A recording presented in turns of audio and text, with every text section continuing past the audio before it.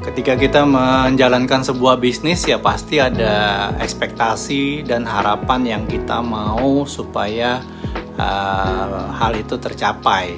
Ya, pasti teman-teman setuju dengan saya. Nah, cuma ekspektasi atau harapan seperti apa yang harus kita tentukan ya, khususnya buat kita yang ada di bidang penjualan, baik itu Anda adanya di sebagai agen asuransi, mungkin agen properti ya, atau di multi level, atau mungkin di tenaga penjualan yang lain. Nah, jadi menetapkan ekspektasi ya dan harapan adalah jelas penting ya kan, apalagi kayak contoh ya, pengalaman saya 20 tahun di di insurance ya, di industri asuransi jiwa seperti itu.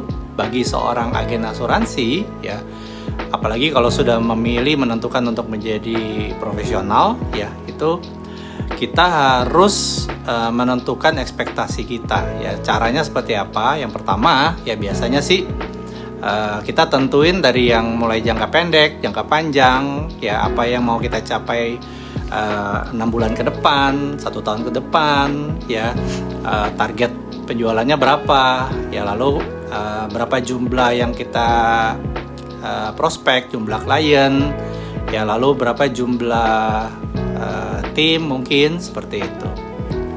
Lalu apalagi ekspektasi yang biasa kita tentukan di awal ya, mungkin kalau saya nggak ngerti, saya akan tanya dengan mentor atau dengan tim ya, seperti kayak berapa banyak waktu usaha yang kita harus siapkan, yang harus kita lakukan, lalu sikap apa aja yang harus kita miliki supaya kita bisa jalanin profesi ini dengan lancar, dengan baik ya.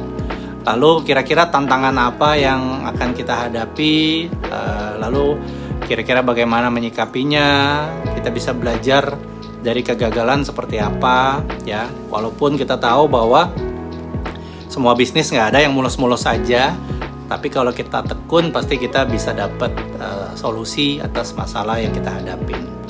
Lalu setelah itu kita bikin action plan ya kan, rencana tindakan kita ya kan, kayak seperti mungkin jadwal harian, jadwal mingguan ya, kayak untuk aktivitas prospek atau mungkin recruiting ya.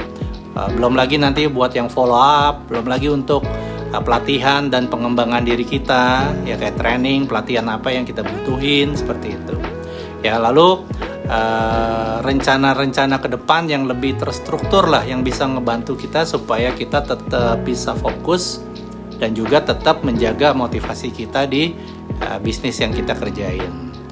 Nah, juga adalah hal yang baik kalau kita juga melibatkan klien-klien kita dalam setiap komunikasi atau pesan yang kita sampaikan ya. Kayak contoh misalnya harapan kita di bisnis ini dalam membantu mereka, seperti kayak misalnya bahwa kita berkomitmen untuk memberikan solusi yang terbaik ya kan, untuk keuangan atau kebutuhan perlindungan mereka kalau di asuransi ya. Nah, kalau di properti mungkin yang lain Anda bisa dapat itunya, kata-katanya ya. Dan tentunya harapan ekspektasi apa lagi ya, kita harus tetap fleksibel karena ini dunia bisnis ya, mau itu asuransi, properti, MLM ya, itu kan bisnis ya, dan bisnis itu kan terus berubah ya, mengikuti zamannya, mengikuti kebijakan, peraturan dan trennya seperti itu. Jadi kita harus selalu menyiapkan hati dan pikiran untuk bisa siap-siap berubah, beradaptasi, menyesuaikan dengan ekspektasi dan juga strategi yang sudah kita rancang gitu. Nah, terus menetapkan ekspektasi ya harus realistis ya, udah pasti ya. Jadi jangan hanya hal-hal yang tinggi-tinggi yang kita set tapi sebenarnya itu nggak masuk di akal, nggak masuk di hitungan, itu nanti jadinya semu ya, jadinya semu seperti itu. Jadi lebih baik kita bersiap menghadapi tantangan supaya kita nggak kaget-kaget di tengah jalan ketika kita mau meraih kesuksesan di bisnis yang kita kerjain gitu. Jadi ya harus ditetapin tujuannya apa, ya kan? Lalu harus ditentukan harapan dan ekspektasinya, dan kita tetap harus fleksibel kalau kita mau sukses di pekerjaan yang kita lakukan. Nah, seperti itu ya. Nah, jadi dengan Agustinus di sini ya untuk Produce Masterclass. Nah, sekarang kita akan bahas lanjutannya. Lebih detail, bagaimana caranya menetapkan ekspektasi dan harapan di bisnis Anda. Ya, tentunya bisnis Anda, ya kan?